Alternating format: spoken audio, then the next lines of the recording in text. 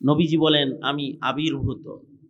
আল্লাহর রসুল বলেন আলা রসুল্লাহি সাল্লাল্লাহু আলাইহি ওয়াসাল্লাম বুইসতু লিউতাম্মিমা মাকারিমাল আখলাক।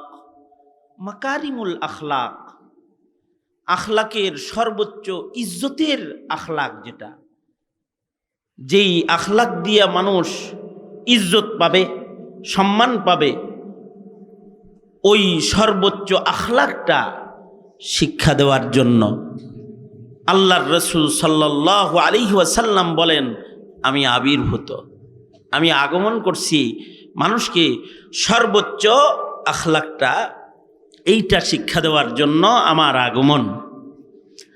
পৃথিবীতে যত নবী আসছে, বাবা আদম থেকে শুরু করে আমাদের নবী পর্যন্ত, সব নবী রাসূলগণ এরা সবাই জাতির চরিত্র ঠিক করছেন, চরিত্রের উপরে মেহনত করেছেন।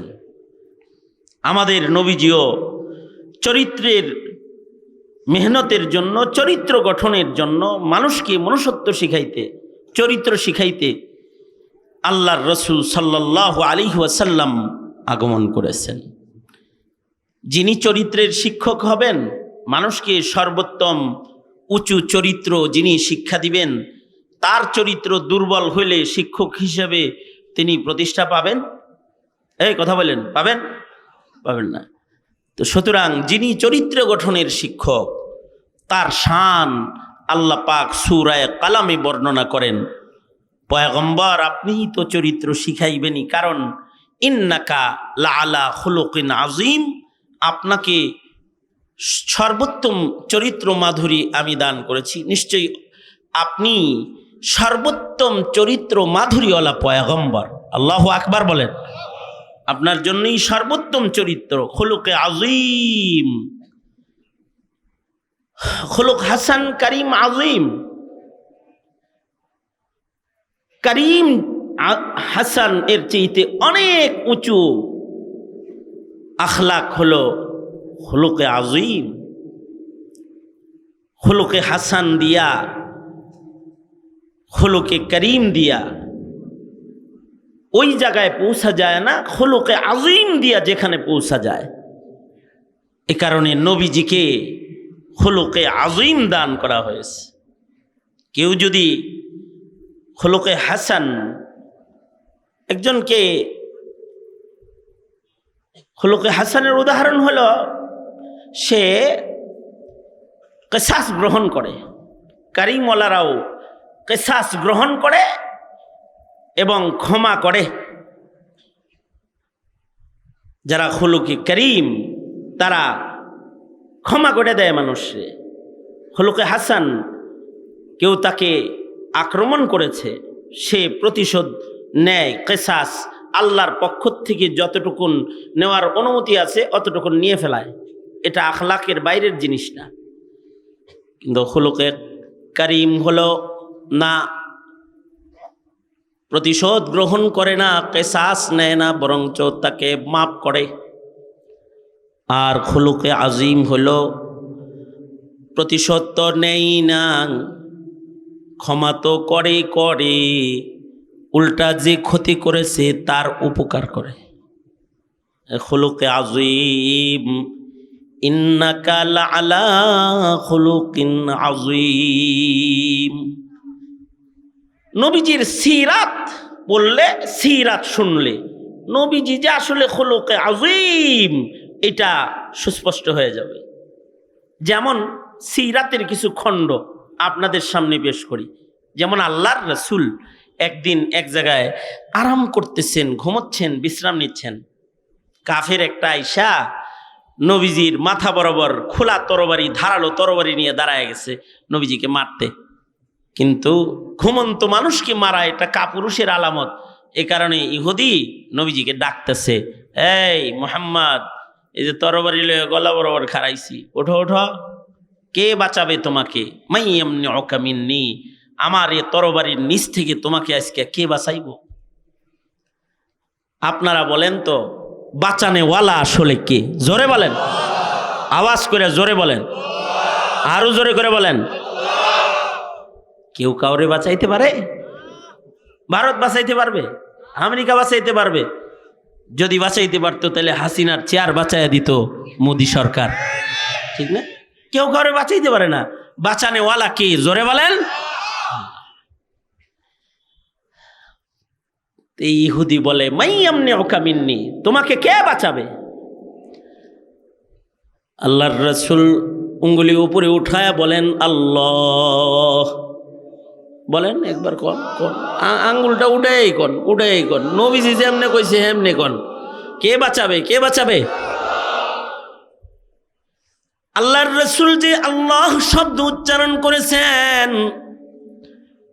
নবীজির মুখে উচ্চারিত আল্লাহ শব্দের রব এর তাসির এত হয়েছে, ইহুদির হাত থেকে কাঁপতে কাঁপতে তরবারিটা মাটিতে পড়ে গেছে। শুয়ে থাকা পয়গম্বর শোয়ার থেকে উঠছেন, ইহুদির হাতের তরবারিটা পড়ে যাওয়া তরবারি নিজের হাতে নিয়া ইহুদির গলা বরাবর তরবারিটা ধইরার আল্লাহর রাসূল বলতেছেন মাইয়ামনিউকা মিন্নি, এবার তোমাকে কে বাঁচাবে? ইহুদি তো ইহুদি, সে কয় আন্তা, আপনি বাঁচাইবেন, আপনি আমাকে বাঁচাবেন।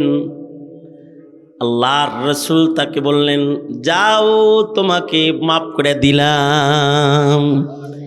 ইচ্ছা করলে এখন তোমার গলা কাটতে পারতাম। নবীজির আখলাক, খুলুকে আজিম পয়গম্বর, মাফ করে দিলেন। একটু আগে কিন্তু গলায় ধরছে তরবারি। এ কারণে আল্লাহর রাসূল বলেন এই মুআজ, তুমি কি চরিত্রওয়ালা হইতে চাও? তাহলে খুযিল আফওয়া ওয়া'মুর বিল উরফ, খুযিল আফওয়া ওয়া'মুর বিল উরফি ওয়া আ'রিজ আনিল জাহিলিন। মানুষকে ক্ষমা করতে থাকো, আফু দরগুজার হও। কেউ তোমাকে কষ্ট দিল, তারে মাফ করে দাও। ক্ষমা করা এটা একটা আখলাক, ক্ষমা করতে পারাটা আখলাক। মানুষকে মাফ করবা, বেশি বেশি ক্ষমা করবা। যারা ক্ষমাশীল হয় তারা আখলাকওয়ালা, আর যারা ক্ষমা করতে জানে না তাদের আখলাক ঠিক থাকে না। যেমন শেখ হাসিনা ক্ষমা করতে জানে নাই, আখলাক নষ্ট হয়ে গেছে। বাপে বলছে তো করে মাফ করে দিলাম, হে কয় না, যুদ্ধ অপরাধী আইন মাপ নাই। এমন একটা আইন বানাইছে, দুঃখজনক হলো ক্ষমা ভুলে গেলে মানুষ জালিম হয়ে যায়। এক সময় যুদ্ধ অপরাধী আইন বানায়া এক আধজন যুদ্ধ অপরাধী ধরলেও বহু টুপি দাড়ি পাঞ্জাবি ওয়ালার উপরে এই আইন দিয়া জুলুম কইরা জালেম হয়েছে। যুদ্ধ অপরাধীর সাথে যাদের সম্পৃক্ততা নাই তাদেরকেও গ্রেফতার করেছে। তাদেরকেও হিন্দু যে মামলা করছে, হিন্দুর মামলায় একটা সরল মনা মুসলমানকে যুদ্ধ অপরাধী বানাই দিছে। ক্ষমা করতে জানতে হয়, ক্ষমাটা আখলাক। যারা ক্ষমা করে তারা আখলাকি হয়, তাদের চরিত্র সুন্দর হয়। আল্লাহর রাসূল সাল্লাল্লাহু আলাইহি ওয়াসাল্লাম ক্ষমা করতেন, দুশমনকেও মাফ করতেন, কাফেরকেও ক্ষমা করে দিতেন। যে নবীজিকে কষ্ট দিত, নবীজি তার সাথে সুন্দর আচরণ করতেন। আল্লাহু আকবার, জোরে করে বলেন। কেউ আপনারে কষ্ট দিছে, আপনি তার সাথে সুন্দর ব্যবহার করবেন, এটা আখলাক, এটা চরিত্র। যারা আল্লাহর রাসূলকে কষ্ট দিয়েছে, তায়েফের ইতিহাসের দিকে একটু নজর করে তাকান। নবীজিকে কেমন কষ্ট তারা দিয়েছে। আল্লাহর রাসূল কালিমার দাওয়াত দিতে গিয়েছেন, যে বলেছেন ইয়া আইয়ুহান নাস কুলু লা ইলাহা ইল্লাল্লাহ, এই জমিনের মানুষ তোমরা বলো লা ইলাহা ইল্লাল্লাহ তুফলিহুন, তোমরা সফল হয়ে যাবে, জান্নাতের মালিক হয়ে যাবে। কারণ আল্লাহ পাকের ওয়াহদানিয়াত যারা স্বীকার করে, একবার যারা জবানে বলে লা ইলাহা ইল্লাল্লাহ মুমিনান বিকলবিহি দাখালাল জান্নাহ, যার মুখে একবার উচ্চারিত হবে লা ইলাহা ইল্লাল্লাহ, সে আল্লাহর জান্নাতে যাবে। আল্লাহর রাসূল এই কথাটা বলতে তায়েফে গেছেন, নবীজিকে এই পরিমাণ পাথর মারছে। সিরাত লেখে আল্লাহর রাসূল রক্তাক্ত ক্ষতবিক্ষত দেহে মাটির ভেতরে আল্লাহর নবী পড়ে গেছে, অজ্ঞান হয়ে গেছে। ওরা আল্লাহর রাসূলের মাথায় পানি দিয়া হুশ আনায় আবার দাঁড় করে পাথর মারছে। নবীজি আবার অজ্ঞান হয়ে বেহুশ হয়ে পড়ে গেছে। ওরা এত বড় জালেম যে ওরা আবার রাসূলকে মাথায় পানি দিয়া হুশ আসছে, হাবিবে কিবরিয়াকে পাথর মেরে মেরে জখম করেছে, রক্তাক্ত করেছে। এ তায়েফে পাথরের আঘাতে নবীজির দেহে কেমন জখম হয়েছিল, আম্মা জান আয়েশা সিদ্দিকা রাদিয়াল্লাহু আনহা নবীজির পিঠ ডলে দিতেন, গোসল করাতেন, পিঠে তেল ডলে দিতেন। দিন আল্লাহর রাসূলের ক্ষত বিক্ষত দেহটা তেল দিচ্ছেন, আর আল্লাহর রাসূলকে বলতেছেন, ওগো সরকার, ওগো সরদার, আপনার কি কখনো বসন্ত রোগ হয়েছিল নাকি? পিঠে এত কিসের দাগ? আল্লাহর নবী বলে, আয়েশা, বসন্ত পয়গম্বরদেরকে মহান আল্লাহ দেন না, এটা বসন্তের কোনো দাগ না, এটা যে আমি তায়েফে মানুষকে আল্লাহর কথা বলতে গিয়েছিলাম, ওরা যে চতুর্দিক থেকে আমায় পাথর মারছে, এটা তায়েফের জালিম বাচ্চাদের নিক্ষিপ্ত পাথরের আঘাতের দাগ। কতটা পাথর মারলে যে পিঠ পিছনের অংশ ক্ষতবিক্ষত, এত দাগ বহুকাল পরেও বসন্তের দাগের মতো দেখা যায়, চাকা চাকা চাকা চাকা। এই পয়গম্বর খুলুকে আযীম, তিনি আখলাকওয়ালা পয়গম্বর। তিনি তায়েফে যখন অজ্ঞান হয়ে রক্তাক্ত পড়ে রইছেন, এত রক্ত ঝরছে আল্লাহর রাসূলের গায়ের থেকে যে নবীজির পা দুকা স্যান্ডেল দুইটা নবীজির পায়ের তালুর সাথে রক্ত জমাট বেঁধে রৌদ্রের তাপে শুকায় আটকায় গেছে। হযরত যায়েদ বলেন, নবীজির পায়ের জুতা খোলার জন্য আমি জুতা ধরে টান দিলে আল্লাহর রাসূল চিৎকার করে উঠে আর বলে, যায়েদ, জুতা ধরে টান দিও না, জুতায় টান দিলে কলিজায় টান লাগে। এতটা রক্ত আল্লাহর রাসূলের গায়ের থেকে ঝরেছে। ফিরিস্তা এসে বলে, সরকার গো, আপনার গায়ের ঝরার রক্তের এ দৃশ্য দেখে আল্লাহ তাআলা এ পাহাড়ের ফিরিস্তা আমাকে পাঠাইছেন। আপনি যদি আদেশ করেন তাহলে দুই পাহাড়কে চাপা দিয়া তায়েফবাসীকে জমিনের সাথে আমি মিশায়া দিব। একটু অনুমতি দেন। তায়েফবাসী যারা আপনাকে আক্রমণ করেছে, আঘাত করেছে, পাথর মেরেছে, ওগরে দুই পাহাড়ের চাপা দিয়া মাটির সাথে নিঃশেষ করে মিশায়া দেই।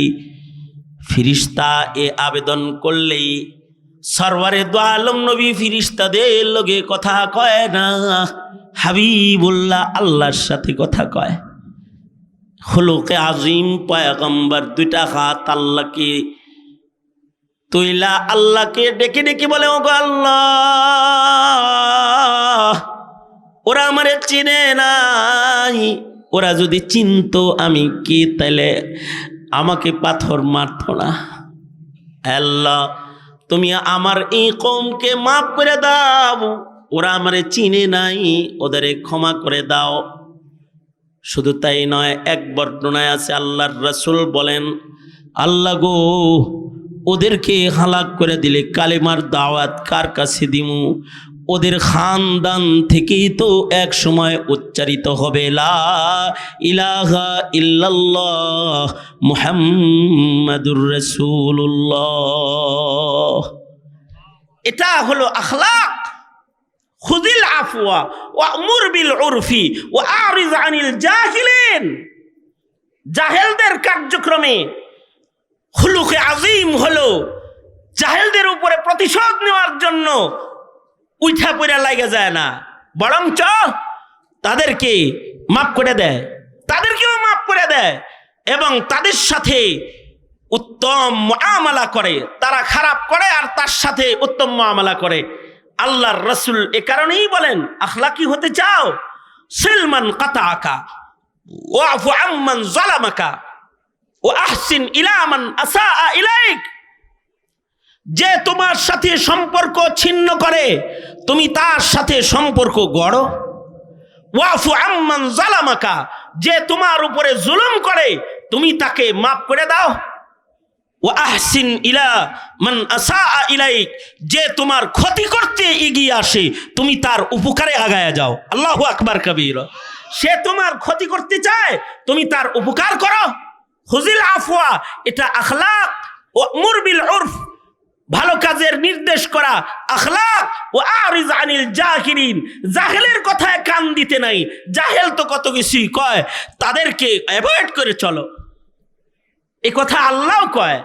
ওয়া ইবাদুর রহমান ওয়া ইবাদুর রহমানিল্লাযীনা ইয়ামশুনা আলাল আরদি হাওনা ওয়া ইবাদুর রহমানিল্লাযীনা ইয়ামশুনা আলাল আরদি হাওনা ওয়া ইযা খাতাবাহুমুল জাহিলুন ওয়া ইযা খাতাবাহুমুল জাহিলুনা ক্বালু সালামা। আল্লাহ তাআলা বলে, আমি রহমানের গোলামদের একটা গুণ, জমিনে তারা হাঁটে বিনয়ের কদম ফেলে, বিনয়ের সাথে হাঁটে তারা বড় আখলাকি। আর তাদের যদি জাহেলরা কিছু বলে, জাহেলদের কথায় কর্ণপাত করে না। কেউ তাদের গালি দিলে পাল্টা গালি তারা দেয় না, তারা শান্তি কামনা করে সালাম দিয়ে বেরিয়ে চলে যায়। এরকম নম্রতা ভদ্রতা, এটা হলো আখলাক। খোদার কসম, ইসলামের মহাবিজয় তরবারি এর ধার দিয়ে নয়, ইসলামের মহাবিজয় অর্থকরী সম্পদ দিয়ে নয়, ইসলামের মহাবিজয় হয়েছে আখলাক দিয়ে, চরিত্র দিয়ে। চরিত্রের দ্বারা ইসলামের মহাবিজয় মহান আল্লাহ দান করেছে। কাফেররা মুসলমানের চরিত্র দেখে দেখে কালেমা পড়ে তারা মুসলমান হয়ে দলে দলে ইসলামের পতাকা তলে জায়গা নিয়েছে। কাফেররা, মুশরিক যারা, তারা মুসলমানের আখলাক দেখে দেখে কালেমা পড়েছে। আর তোমার আমার আখলাকের অবনতি এখন এই পরিমাণ হয়েছে যে মুসলিম ঘরে জন্ম নিয়ে কয় কাফেররাই ভালো। বিদেশ থাকে তো কয় হুজুর ওরাই ভালো, খালি একটাই সমস্যা, ঈমান নাই।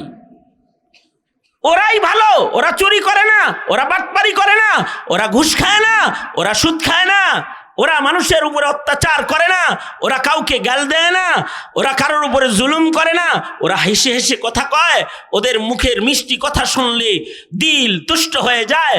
ওরা 2 নাম্বারই করে না, 2 নাম্বার দিয়া 1 নাম্বার কয় না, ওরা মানুষকে ধোঁকা দেয় না, ওরা ভালো। ওরা তো আমাদের আখলাক লয়ে গেছে গা, ওরা ভালো, ওরা ভালো। ওরা কি ভালো? ওদের ঈমানই নাই, কিন্তু আচরণের কারণে মুসলিম হয়ে সে কাফেরের গুণ গায় আর নিজের মুসলমান জাতিকে ওরা গালি দেয়। দিবে না কেন? মুসলিম হিসেবে আমরা জাতি গঠনে চরিত্র গঠন তো নয়, চরিত্রকে বরবাদ করার পদক্ষেপ ধাপে ধাপে আমরা করে আমাদের মুসলিম সমাজকে আমরা তছনছ করে তাদেরকে দুর্নীতিতে 1 নাম্বার বারবার বানাইছি। বারবার দুর্নীতিতে 1 নাম্বার এরা। এদের প্রশংসা কিভাবে করা যায়? এরা জাতির সাথে প্রতারণা করে, এরা মুসলিম দেশে মুসলমান মিল্লাতের সাথে প্রতারণা করে। এই প্রতারক অথবা এই দুশ্চরিত্র যারা, তারা আবার এই সমাজটাকে দুশ্চরিত্র বানাতে চায়। সমাজের প্রত্যেকটা মানুষের চরিত্র নষ্ট করে এদেরকে ইনসানিয়তের বাউন্ডারির বাইরে নেওয়ার চক্রান্ত তারা করে। আমরা তাদের তালেও তো তাল দিয়ে যাই, কারণ আমরা আখলাক কি জিনিস এটা চিনার মতো মাদ্দা এখন আমাদের ভেতরে যেন নাই। ভালো আর মন্দ, হালাল আর হারাম, ন্যায় আর অন্যায় বুঝার যোগ্যতা মুসলিম সমাজের মুসলমানের কাছ থেকে ধীরে ধীরে ধীরে ধীরে উঠে যেতে শুরু করেছে, উঠে যাচ্ছে। আখলাক নাই। অথচ ইসলামের মহাবিজয় অস্ত্রে নয়, ইসলামের মহাবিজয় যেটা, এটা চরিত্রের কারণে হয়েছে। চরিত্রের কারণে ইসলামের মুসলমানের চরিত্র দেখে একজন মুসলমান না, দলে দলে মানুষ কালেমা পড়ে মুসলমান হয়েছে। হাদিসে আছে আল্লাহর রাসূল সাল্লাল্লাহু আলাইহি ওয়াসাল্লাম মসজিদে নববীতে বসে আছেন। আমি এখনকার মসজিদে নববীর কথা বলছি না, আমি তখনকার মসজিদে নববীর কথা বলছি। এখনকার মসজিদে নববী এইটার আকর্ষণ যদি এত হয় যে সারা দুনিয়া থেকে মানুষ গিয়ে এই মসজিদে এক রাকাত নামাজ পড়ার জন্য যদি পাগল হয়ে যায়, তাইলে ওই দিনের 1400 বছর আগের মসজিদে নববী, যেই মসজিদে নববীর মুয়াজ্জিন হলেন হাবশি বেলাল, যার আজান না হলে আরশে আজিম পর্যন্ত আজানের আওয়াজ যায় না। আল্লাহু আকবার, জোরে করে বলেন আল্লাহু আকবার।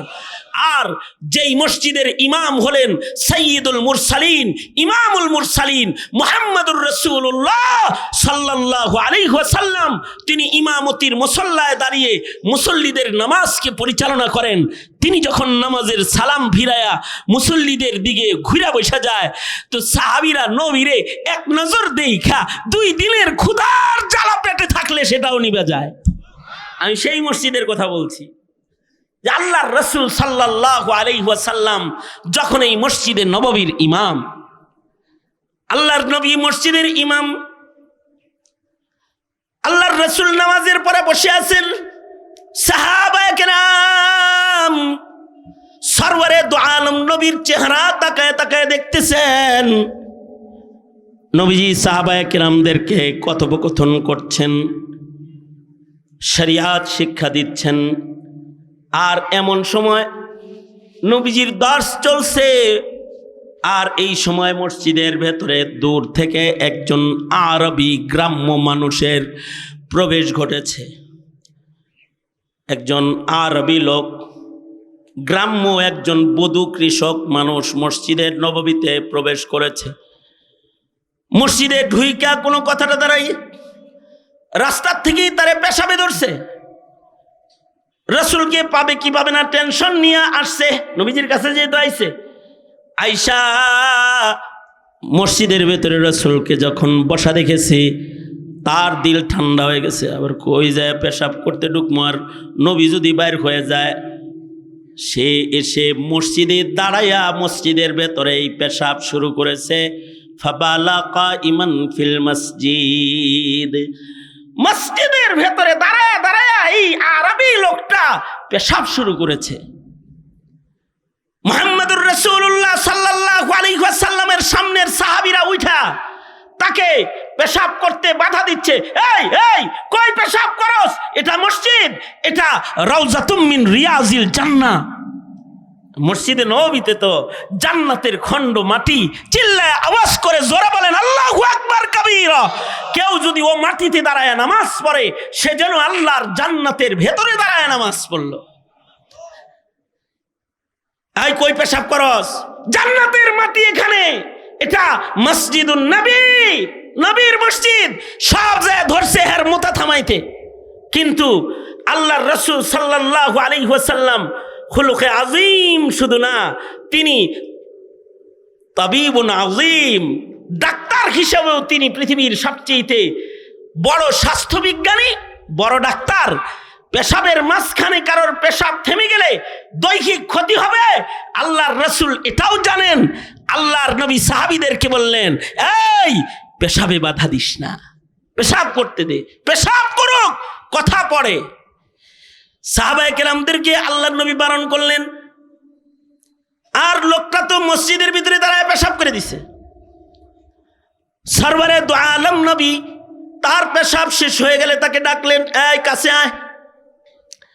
নবীজি নিজের কাছে নিজের বগল তলায় তাকে আদর করে বসায় দিলেন। সাহাবায়ে কেরামদেরকে বললেন, সাহাবীরা যাও তোমরা পানি দিয়ে মসজিদটাকে ধৌত করে দাও, মসজিদটাকে তোমরা পবিত্র করো, ধৌত করো, পরিষ্কার করো।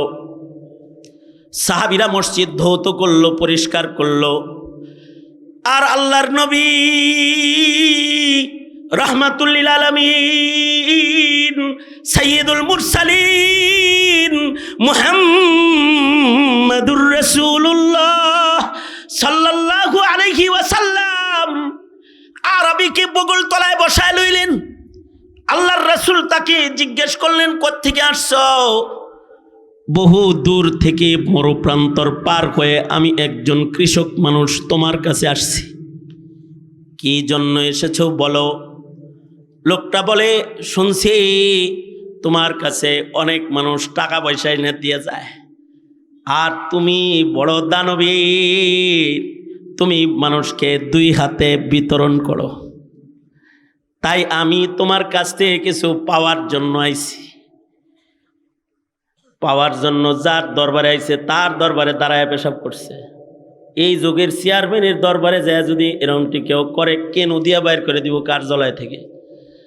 আর এমপির দরবারে যদি যায়, ওরে পিটায় ওখানে লগি বইঠার সামান বানায় ফেলাই দিব, পিটায় মাইরা ফেলাই দিব। কিন্তু সরওয়ারে দু আলম নবী, নবীজির আখলাক, নবীজির কাছে কেউ কিছু দিয়া গেলে নবী নিতেন না, মালিক বানায়, নিজে মালিক হয়েও নবীজি এটা বিতরণ করতেন। এটা একটা আখলাক। এই আখলাক নায়েবে নবীদের ভেতরে উত্তরবঙ্গের একজন নায়েবে নবী ছিলেন ইউসুফ নিজামী রহমাতুল্লাহ আলাইহি। ইউসুফ নিজামী রহমাতুল্লাহ আলাইহি মরার আগে বিল্ডিং করে যায় নাই, বড় একটা মার্কেট ছেলে সন্তানের জন্য বানায় দিয়ে যায় নাই। উনি দিনের খাদেম, নায়েবে নবী। মানুষজন ওনার কাছে নিয়ে কোটি কোটি টাকা দিয়ে আসতো আর বলতো, হযরত আপনার পছন্দ মতো আপনি বিতরণ করে দিয়েন। ইউসুফ নিজামী রহমাতুল্লাহের কাছে যা দিয়ে আসতো, নিজের বেতনের টাকা তার সাথে আরো যুক্ত করে এগুলো বিভিন্ন মাদ্রাসায় বিতরণ করে দিয়ে দিত।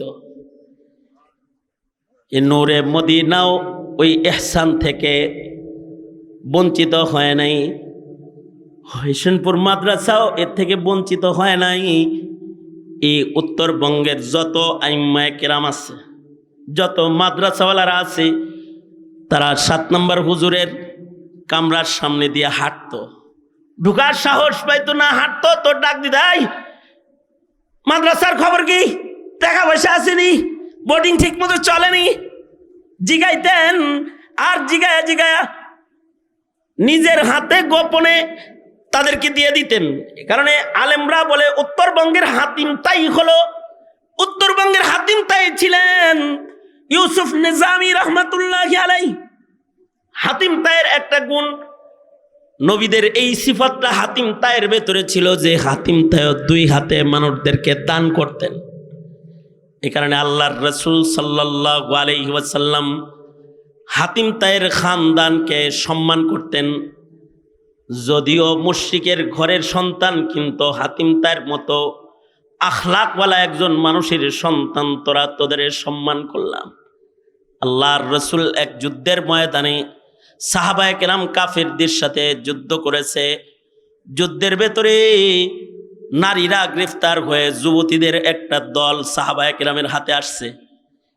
ওই সময় যুদ্ধের নিয়ম ছিল, মুসলমান যদি কাফেরের হাতে বন্দী হতো, মুসলমান কাফেরের দাসদাসী হয়ে যেত, আর কাফেররা যারা বন্দী হতো, পুরুষরা দাস, নারীরা দাসী হয়ে যেত।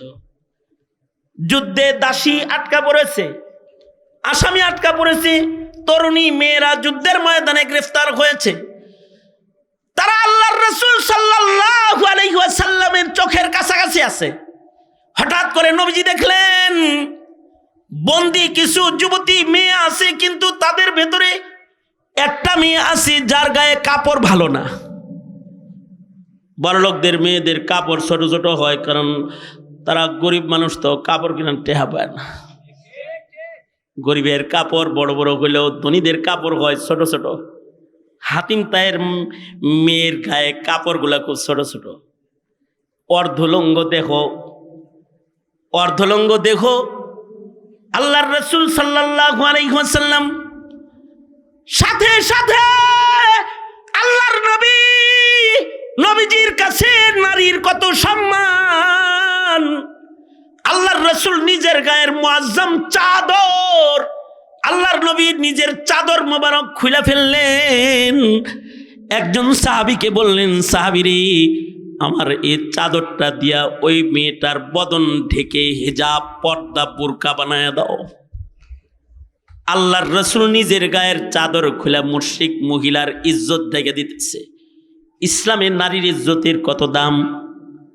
আল্লাহর রাসূল যখন নিজের হাতে নিজের গায়ের চাদর খুইলা মুশরিক মেয়েটাকে দিয়ে দিচ্ছে, সাহাবীরা চিল্লায় উঠছে, হায় হায়, রাসূলের গায়ের চাদর একটা মুশরিক মেয়ে পায়ে যাইতেছে, নবীর গায়ের চাদরের মালিক হয়ে যাইতেছে একটা মুশরিক মেয়ে। সাহাবায়ে কেরাম চিল্লাইতেছে, কারণ আছে, কারণ হলো যে চাদরের মধ্যে হাবিবে কিবরিয়া মুহাম্মাদুর রাসূলুল্লাহ সাল্লাল্লাহু আলাইহি ওয়াসাল্লামের দেহ মুবারক লাগছে। যে কাপড়ের ভেতরে নবীজির গায়ের ঘাম লাগছে, এই কাপড়টার তো অনেক দাম। নবীজির হাতের ছোঁয়া লাগলে পানির দাম, নবীর গায়ের সাথে কাপড়ের ছোঁয়া লাগলে কাপড়ের দাম। আমার নবীর গায়ের সাথে যদি মাটির ছোঁয়া লাগে, ওই মাটিটারও অনেক দাম। এ কারণে আমার রাসূল সাল্লাল্লাহু আলাইহি ওয়াসাল্লামের জিসমে আতহার, যেই কবরে রওজায়ে আতহারে নবীজির দেহ মুবারকটা পড়ে আছে, শুয়ে আছে, আল্লাহর রাসূলের দেহের স্পর্শের কারণে রওজায়ে আতহারের মাটিটা মহান আল্লাহর কাছে অনেক দাম। কারণ এটা হাবিবে কিবরিয়ার দেহের সাথে লেগে রয়েছে। হাবিবে কিবরিয়া মুহাম্মাদুর রাসূলুল্লাহ সাল্লাল্লাহু আলাইহি ওয়াসাল্লামের জিসমে আতহারের সাথে মদিনার মাটি এইটা লাইগা থাকার কারণে এই মদিনার মাটির দাম আল্লাহর কাছে আল্লাহর আরশের চাইতে বেশি দামি। আল্লাহর আরশের চাইতে এই মদিনার ওই মাটি, যে মাটি সাইয়্যিদুল মুরসালিন নবীর গায়ের সাথে লেগে আছে, তার দাম বেশি। নবীর দেহ মুবারকের সাথে মাটি লাগলে মাটির দাম, নবীর দেহের সাথে কাপড় লাগলে কাপড়ের দাম, নবীর হাতের সাথে কোনো কিছুর ছোঁয়া লাগলে ওই জিনিসের দাম। এ কারণে তো নবীর দেহের সাথে দেহ লাগানোর জন্য সাহাবীরা পাগল ছিল, বাহানা খুঁজতো কেমনে নবীর দেহের সাথে নিজের দেহটা ঘষা লাগানো যায়। কারণ যদি আল্লাহর রাসূলের গায়ের সাথে নিজের গাকে একটু ঘষা রাখা যায়, মহান রব্বুল আলামিন রহমাতুল লিল আলামিন নবীর গায়ের সাথে ঘষা লাগা বদনটাকে হয়তো বা দোজকের আগুনের ভেতরে ফেলায় আল্লাহ জ্বালাইবে না। আল্লাহর রাসূল সাল্লাল্লাহু আলাইহি ওয়াসাল্লামের দেহের সাথে যে কাপড় লাগে, ও কাপড়ও দাম। এ কারণে সাহাবীরা চিল্লায়, হায় হায়, আল্লাহর রাসূলের গায়ের মুআজ্জাম চাদর এটা একটা মুশরিক মেয়ে পায়ে যেতেছে, হায় আমি যদি পাইতাম এটা কাফন বানাইতে পারতাম। সাহাবীরা আফসোসে চিৎকার করে কাঁদতেছে, কারণ নবীর গায়ের সাথে লাগা কাপড়ের দাম তো সাহাবীদের কাছে অনেক। যেমন উম্মে হাবিবা রাদিয়াল্লাহু আনহা, হযরত আম্মা জান উম্মে হাবিবা যখন মদিনাতুল মুনাওয়ারাতে নবীজির কাছে থাকতেন, আবু সুফিয়ান মাঝে মধ্যে নিজের মেয়েরে দেখার জন্য, তখন আবু সুফিয়ান মুসলমান হয় নাই, বীর মুহাব্বতে মাঝে মধ্যে মক্কা মুআজ্জামাত থেকে মদিনায় যায় চুপি চুপি নিজের মেয়েকে রাসূলের ঘরে দেখে আসতেন। একদিন হঠাৎ করে আবু সুফিয়ান গেছে হযরত আম্মা জান উম্মে হাবিবার ঘরে, মদিনায় যায় হঠাৎ করে মেয়ের সাথে দেখা করতে ঢুকে পড়ছে। আল্লাহর রাসূল সাল্লাল্লাহু আলাইহি ওয়াসাল্লামের ঘরে আসতেছে আবু সুফিয়ান, এইটা দেখার সাথে সাথে আম্মা জান হযরত উম্মে হাবিবা নবীজির চৌপায়া চকির উপরে চাদর বিছায় রাখছিলেন। রাসূল আসবে, রাসূল বসবে, রাসূল শুইবে। আম্মা জান যখন দেখছে বাবা আবু সুফিয়ান আইতাছে, সাথে সাথে যে চাদরটা বিছানায় রাসূলের জন্য বিছায় রাখছে, নিজের হাতে আম্মা জান হযরত উম্মে হাবিবা চাদরটাকে টান দিয়ে বিছনার থেকে উঠায় ফেলেছে। আবু সুফিয়ান ভেতরে ঢুকে কাণ্ডটা দেখে ফেলেছে। মেয়ে, আমি ঘরে এসেছি, চাদর বিছাইব দূরের কথা, চাদর টান দিয়ে সে উঠায় ফেলেছে। কোনো কথা না বলে সরাসরি বলতেছে, মেয়েরে, বাপ হিসেবে তুই আমার মেয়ে কন্যা, তোকে দেখতে আমি আসলাম। ঘরের দরজায় দাঁড়ায় দেখলাম বিছনায় সুন্দর একটা চাদর বিছান্না ছিল, চাদরটারে তুই টান দিয়া উঠায় ফেললি। কিরে মেয়ে, চাদরটারে উঠাইলি কেন? এটা আগে বল। চাদরের ভেতরে কি এমন কোনো কিছু ছিল যেই চাদরে আমি বসা ঠিক না, নাকি আমার মতো মানুষের জন্য ওই চাদরটা এত বেশি দামি চাদর যে এই চাদরে তোর বাবার মতো কম দামি মানুষে বসানো উচিত না? কোন কারণে উঠাইলি? আমি চাদরের উপযুক্ত না, নাকি চাদর আমার উপযুক্ত না, এটা আগে বল। এই কথা যখন আম্মাজান হযরত উম্মে হাবিবাকে আবু সুফিয়ান বলছে, আম্মাজান পিতারও সম্মান, স্বামীরও সম্মান। পিতা কাফের হইতে পারে, তারপরেও তো পিতার একটা দাম আছে। মাথাটা নিচের দিকে দিয়া আম্মাজান চোখের পানি ছেড়ে দিয়ে কয়, বাবা, এমন একটা চাদর বিছায়া দরজায় দাঁড়ায় অপেক্ষা করতেছিলাম, যেই চাদর আমার নবীর পছন্দের চাদর, যে চাদরে আমার রাসূল ঘুমায়। বাবা গো, যে চাদরের সাথে আমার নবীর গায়ের ছোঁয়া আছে, যে চাদরে সাইয়্যিদুল মুরসালিন রাহমাতুল লিল আলামিন নবী ঘুমায়, আরাম করে, সাইয়্যিদুল মুরসালিন নবীর শোয়ার পছন্দের চাদরের সাথে কোনো মুশরিক বাবার গায়ের ছোঁয়া লাগুক, এটা একজন ইমানদার হিসেবে আমি বরদাস্ত করতে পারি না। এই কারণে আমার নবীর সম্মানে বাবা চাদরটাকে টান দিয়ে উঠায় ফেলেছি, মাফ করে দিও। আল্লাহর রাসূলের সাথে কোনো কিছু লাগলে এটা এরকম দামি হয়, এটা এত দামি হয়। নবীজির নিসবতেরও অনেক দাম। এ কারণেই তো ১৫০০ বছর পরে আমরা দুনিয়াতে আসলেও জান্নাতে যাব সবার আগে, কারণ আমাদের সাথে সাইয়্যিদুল মুরসালিন নবীর নিসবত লাগা আছে, যে আমরা উম্মতে মুহাম্মাদীর দপ্তরে আমাদের নাম চিল্লায়া জোরে আওয়াজ করে বুলন্দ আওয়াজে উচ্চ স্বরে জবান খুলে সকলে মিলে বলেন আলহামদুলিল্লাহ। নবীজির নিসবতের তো দাম। আল্লাহর রাসূল সাল্লাল্লাহু আলাইহি সাল্লাম নিজের গায়ের চাদর খুইলা মুশরিকের ইজ্জত ঢাকার জন্য দিয়া দিছে।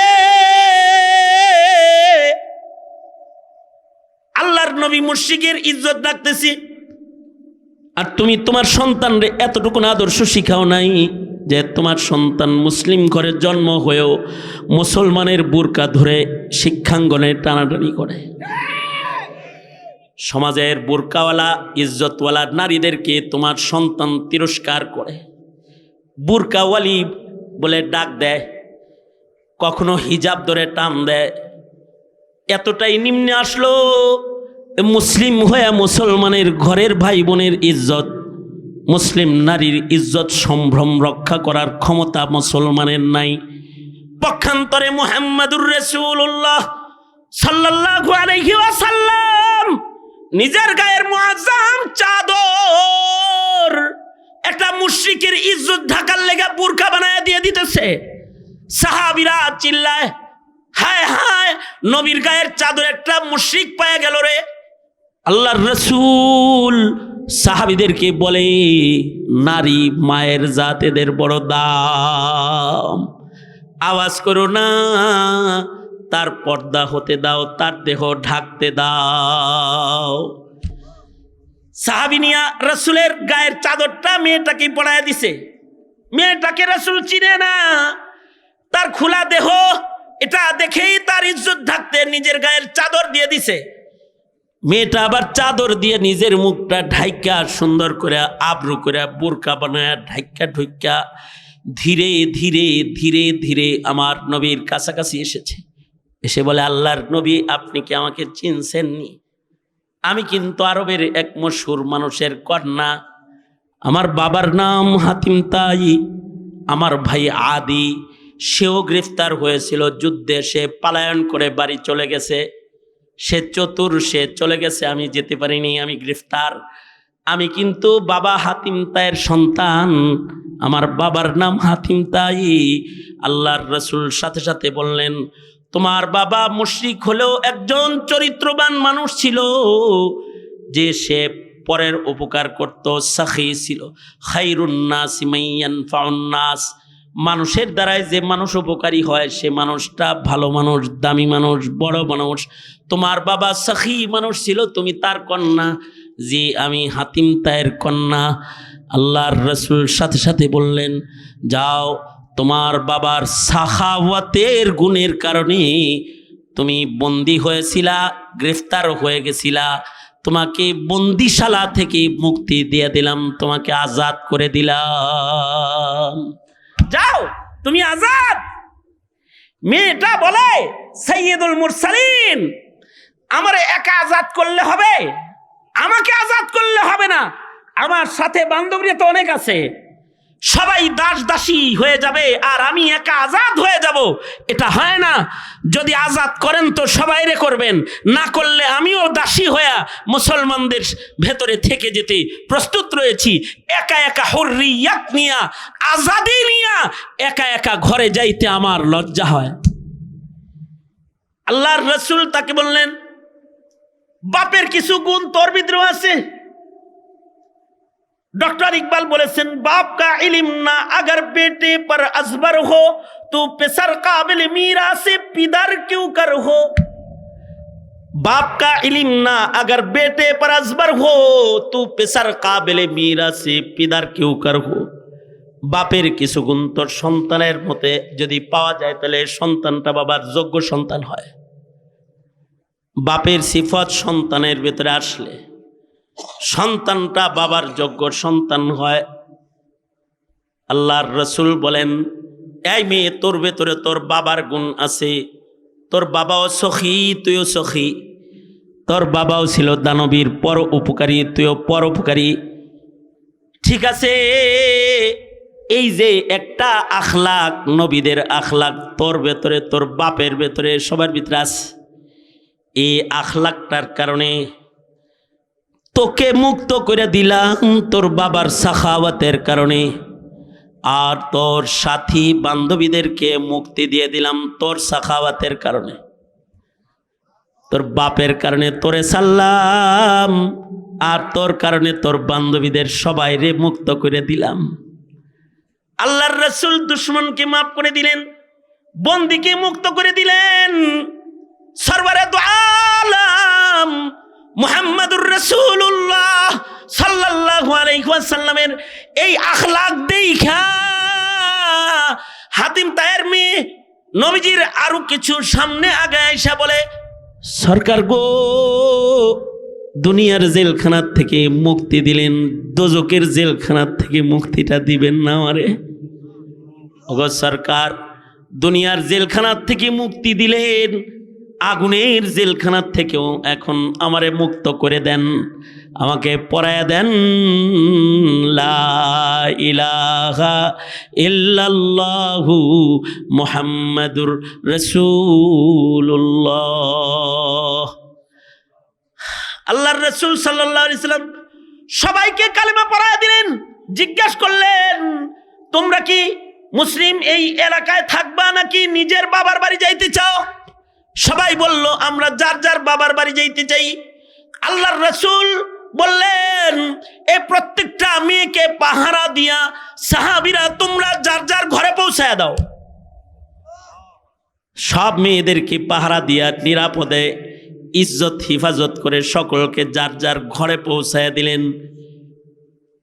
আদি ইবনে হাতিমের বোন হাতিম তায়ের কন্যাকেও 2 জন সাহাবী দিয়া আল্লাহর রসুল হাতিম তায়ের বাড়ির দিকে রওনা করে দিলেন। শামের এক শেষ অঞ্চলে হাতিম তায়ের বাড়ি। মরুভূমি পাহাড় পর্বত পার হইয়া রাত দিন সফর করে যেতে হবে। আল্লাহর রাসূল সাল্লাল্লাহু আলাইহি ওয়াসাল্লাম 2 জন সাহাবীকে দায়িত্ব দিলেন, যাও তোমরা 2 জন হাতিম তায়ের মেয়েকে তার বাড়িতে পৌঁছায় দিয়ে আসো। 2 জন সাহাবী রাত দিন মরুভূমিতে হাইটা পাহাড়ের চিপা চাপা জঙ্গল পার হয়ে কয়েকদিন সফর করে হাতিম তায়ের মেয়েকে 2 জন সাহাবী গার্ড দিয়া হাতিম তায়ের বাড়ি পর্যন্ত পৌঁছায় দিলে, হাতিম তায়ের মেয়ে যখন নিজের বাবার বাড়ির দরজায় দাঁড়ায় নিজের ভাই আদিকে ডাক দিয়েছে, আদি ভাই তুমি পালায় এসেছো আর মহান আল্লাহ আমাকে নিয়ে এসেছে। আদি ঘর থেকে বের হয়ে বলে, কেমনে আসলি তুই? মহিলা মানুষ একা একা এত পথ? কয় একা আসি নাই, এই 2 যুবক আমার সাথে এসেছে, আমাকে দিয়ে গেছে। আদি বলে, সাবধান, আর 1 কদম সামনে আগাবি না। আমার বাবার ঘরে যার ইজ্জত রাস্তায় লুণ্ঠিত হয়েছে এমন নারীর জায়গা নাই।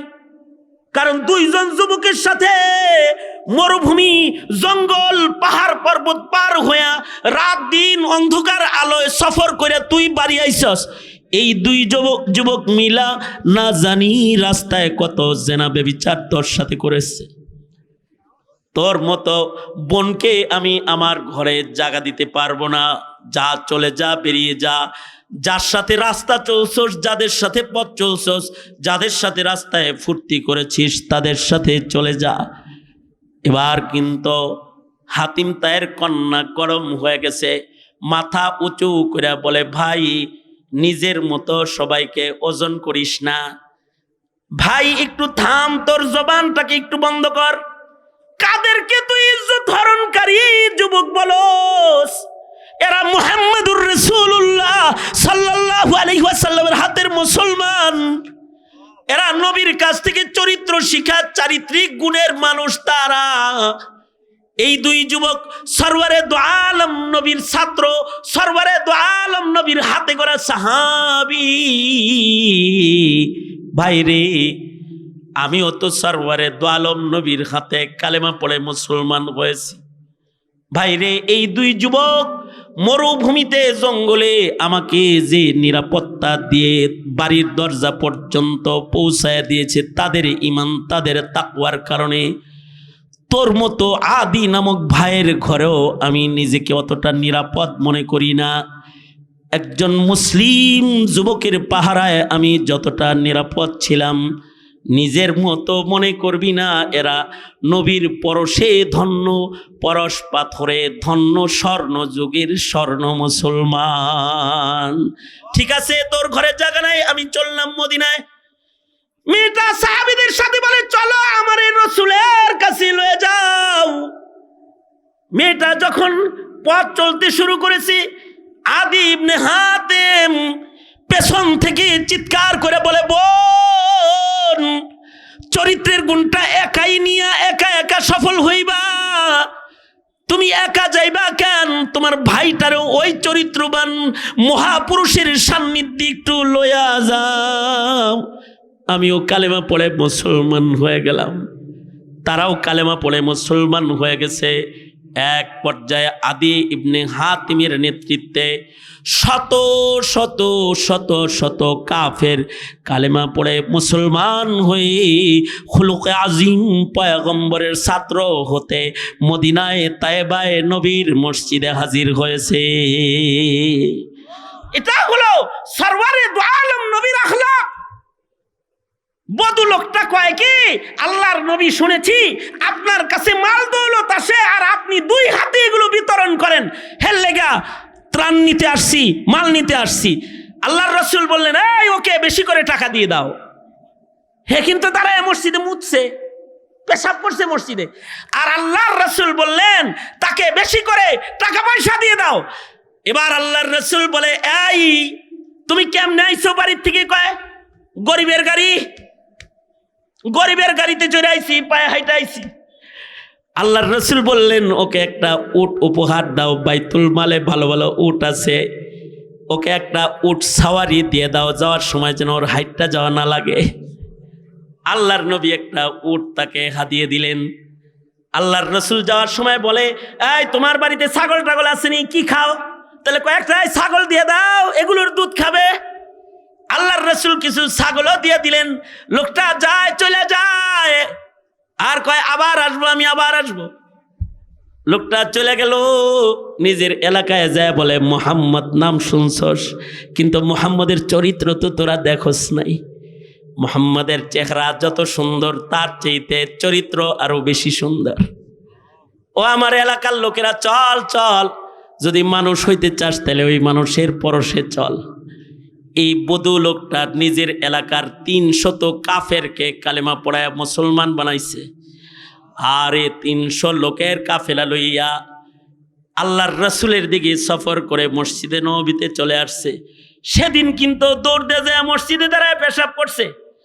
আজকে দরজা দ্বারা ইশারা করতেছে, ও সাইয়্যিদুল মুরসালিন, আমার দিকে একটু তাকান, আমি কিন্তু ওই যে সে আসছি, আমি কি একটু ভিতরে ঢুকমু?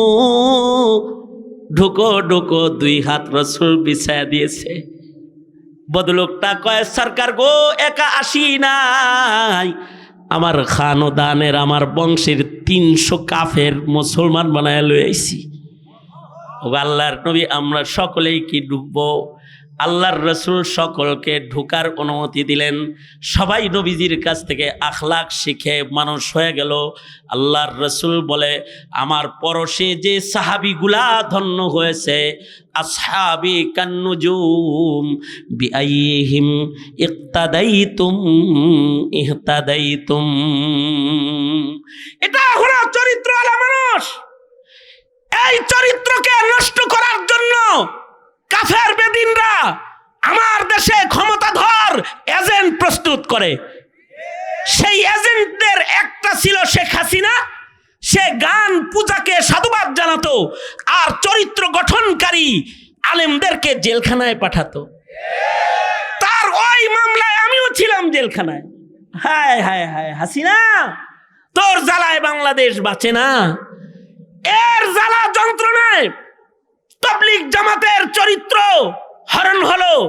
এই হাসিনা ফেসিবাদের আমলেই দাওয়াত তাবলীগের বিশ্ব ইজতেমার শান্তিপূর্ণ ময়দান লুগি বৈঠিয়া হাতে নিয়ে আওয়ামী লীগ ঢুকে পাগড়িওয়ালা, টুপিওয়ালা, পাঞ্জাবিওয়ালা মুসলমানদেরকে শহীদ করলো, বিকলাঙ্গ করলো, রক্ত দিয়ে দাওয়াত তাবলীগের ঐতিহ্যের জমিন বিশ্ব ইজতেমাকে লাল করলো।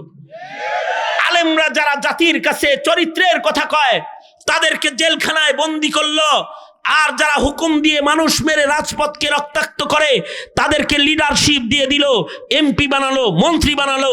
যোগ্য শাইখুল হাদিসের গায়ে জেনার কাদা লাগাবার চেষ্টা করলেও যারা নর্তকী, যারা দেহ ব্যবসায়ী, নায়ক নায়িকার আসন দখল করে এদেশের মানুষের চরিত্র যারা হরণ করেছে, এই শেখ হাসিনা মুদির বান্দি, সে এদেশের নায়িকা আর নায়ক আর গায়িকাদেরকে সংসদের আসন পর্যন্ত দিয়ে দিল।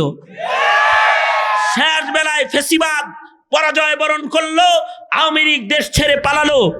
কিন্তু এখন যাদের রক্তের উপরে নতুন যারা ক্ষমতায় আসলো, তারাও তোমার আমার সন্তানের চরিত্র নিয়ে খেলা শুরু করলো। এই ডক্টর ইউনূস সে প্রজ্ঞাপন জারি করলো, ঘরে ঘরে গান ঢুকানোর প্রজ্ঞাপন। প্রতিটি প্রাইমারি স্কুলে একটা করে গানের টিচার নিয়োগ দিবে। গানের টিচার হলো চরিত্র শিখাবে, বোরকা পরাবে, দাড়ি রাখাবে, টুপি পরাবে, নাকি বলো কায়দা হাতে তুলে দিবে, ইজ্জত শিখাবে। গানের শিক্ষক নিয়োগ দিয়েছে, নাচ শিখাবে, গান শিখাবে। এ প্রজ্ঞাপন জারি করেছে। এরা যদি এই প্রজ্ঞাপন জারি করে তোমার স্কুলে যদি গানের টিচার পাঠিয়ে দেয়, তো মনে রাখবে মুসলমান, তোমার সন্তান বাড়ি এসে তোমাকে বলবে, একতারা কিনে দাও, দুতারা কিনে দাও, ঢোল কিনে দাও, তবলা কিনে দাও, স্কুলে যে গান শিখি সে গানটা ঘরে শিখার সুযোগ দাও। আর এই গান বাদ্য নাচ মানুষের চরিত্রকে কবরস্থ করে, সেই চরিত্র নষ্ট করার জন্য ডক্টর ইউনূস মরিয়া হয়ে লাগলো। আলেমরা বলল না, গানের শিক্ষক নয়, প্রতিটি স্কুলে স্কুলে ধর্ম শিক্ষক নিয়োগ দাও। তখন চিল্লাই শুধু মৌলবীরা, আপনাগরে কাছে পাওয়া যায় না। মনে রাখবেন, যদি চরিত্র গঠনে বাংলাদেশ, এটার শাসন, এটার শিক্ষা ব্যবস্থা, এটার প্রশাসন, এটার রাজনৈতিক অবকাঠামো, এদেশের সার্বিক স্তরগুলো যদি চরিত্রবান মানুষ বসাইতে হয়, তাইলে চরিত্র গঠনে ইসলামের বিকল্প নাই। এই দেশে যারা ইসলাম শিখাতে পারে, ইসলাম বুঝে, ইসলাম মেনে জাতি চালাতে পারে, তাদেরকেই ক্ষমতায় বসাতে হবে। নর্তকী যারা পালে তাদেরকে ক্ষমতার চেয়ার দেওয়া যাবে না। সুতরাং এ জাতি আগামীর সময় সিদ্ধান্ত নেওয়ার সময়, তুমি কি তোমার সমাজকে চরিত্রহীন বানাবে না চরিত্রওয়ালা বানাবে, সিদ্ধান্ত তোমার হাতে। ভোটটা বুঝা হই না দিও। নাসির বিন আসগার আমার বন্ধু হিসেবে বলছি না, একজন আলেমে দ্বীন হিসেবে বলছি, যে তোমার ভোটটা জালেম পাবে না আলেম পাবে, চোখ বন্ধ করে হিসাব করো। তোমার ভোটটা একজন কোরআনের খাদেম পাবে না কে পাবে, হিসাব করো। মুশতাকুন নবী কাসিমি বড় ভাই বড় সুন্দর করে বলেছেন, ডাক্তার না হয়ে যদি খালেদা জিয়া দেশ চালাইতে পারে, তাহলে আলেমরাও দেশ চালাইতে পারবে। পারবে না কেন? ইঞ্জিনিয়ার না হয়ে যদি দেশের ইঞ্জিনিয়ারিং উন্নতি খালেদা জিয়ার আমলে হয়ে থাকে, শেখ হাসিনার আমলে হয়ে থাকে, যদি উন্নতি যদি তাদের আমলে হয়ে থাকে, তাহলে আলেমরাও পারবে, আলেমরাও দেশ চালাবে। হ্যাঁ, চরিত্রবান লোকের সংখ্যা বাড়লে জাতি চরিত্রবান হবে। ঠিক না? ঠিক করে আওয়াজ করে বলেন। সুতরাং জাতিকে চরিত্র শিক্ষা দিতে, চরিত্রবান বানাতে আলেমদেরকে আগায় দিতে রাজি আছেন তো ইনশাআল্লাহ? রাজি আছেন তো ইনশাআল্লাহ? কারা কারা রাজি হাত তোলেন। আলেমদের সাথে কাজ করবেন তো ইনশাআল্লাহ? আলেম ওলামা যেখানে আমরা আছি সেখানে, আলেম ওলামা নাই যেখানে আমরা নাই সেখানে। আজকের মাহফিলের মধ্যমণি মুরব্বী, একজন আকাবির পর্যায়ের শ্রেষ্ঠ আকাবির আলেমে দ্বীনদের একজন, এই উত্তরবঙ্গে যারা মেহনত করে জাতির খেদমত করেন, তাদের মধ্যে একজন জামাল উদ্দিন সন্দীপী দামাত বারকাতুহুম, পীরে কামেল মুর্শিদে মুকাম্মিল, এই মুরব্বী এসে পড়েছেন। মুরব্বী আসছেন তো আমার পাওয়ার শেষ। আর মুরব্বীর কাজ হলো আপনাদেরকে 2 ঘন্টা ওয়াজ শোনানি না, মুরব্বীর কাজ হলো আপনাদেরকে নজর দিবে, নজর দিবে, নজর। আপনাদেরকে দোয়া দিবে, দোয়া। আপনাদেরকে তওবা করাবে, তওবা। তওবা করাবেন, দোয়া করবেন।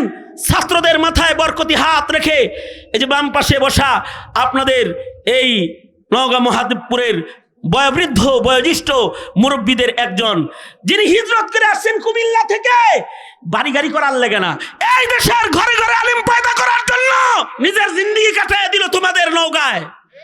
মৌলবীদের ত্যাগ আর কুরবানি, এগুলো যদি খেয়াল করো, লজ্জায় মাথা নত হয়ে যাওয়ার কথা।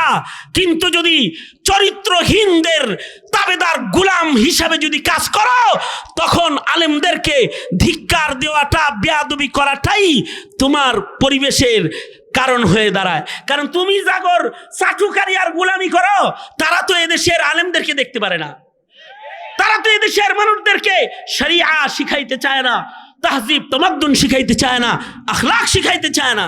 সুতরাং আখলাক, চরিত্রের উন্নতি মানব জীবনের শ্রেষ্ঠ উন্নতি। ঠিক কিনা? জোরে আওয়াজ করে বলেন। সন্তানদেরকে চরিত্র শিক্ষা দিতে দ্বীনি শিক্ষার বিকল্প নাই। আল্লাহ তাআলা আমাদেরকে খুলুকে আজিম পয়গম্বরের যোগ্য উম্মত হিসাবে আল্লাহ আমাদেরকে চরিত্র শিক্ষা গ্রহণ করার, জাতিকে চরিত্র শিক্ষা দিয়ে চারিত্রিক গুণের মুসলমান বানাইবার পদক্ষেপগুলো মহান রব্বুল আলামিন আমাদেরকে নেবার তৌফিক দান করেন। আগামী বছর 4 নভেম্বর বার্ষিক মাহফিল অনুষ্ঠিত হবে। কেউ যদি এই নিয়ত করে, ইনশাআল্লাহ, কেউ যদি এই নিয়ত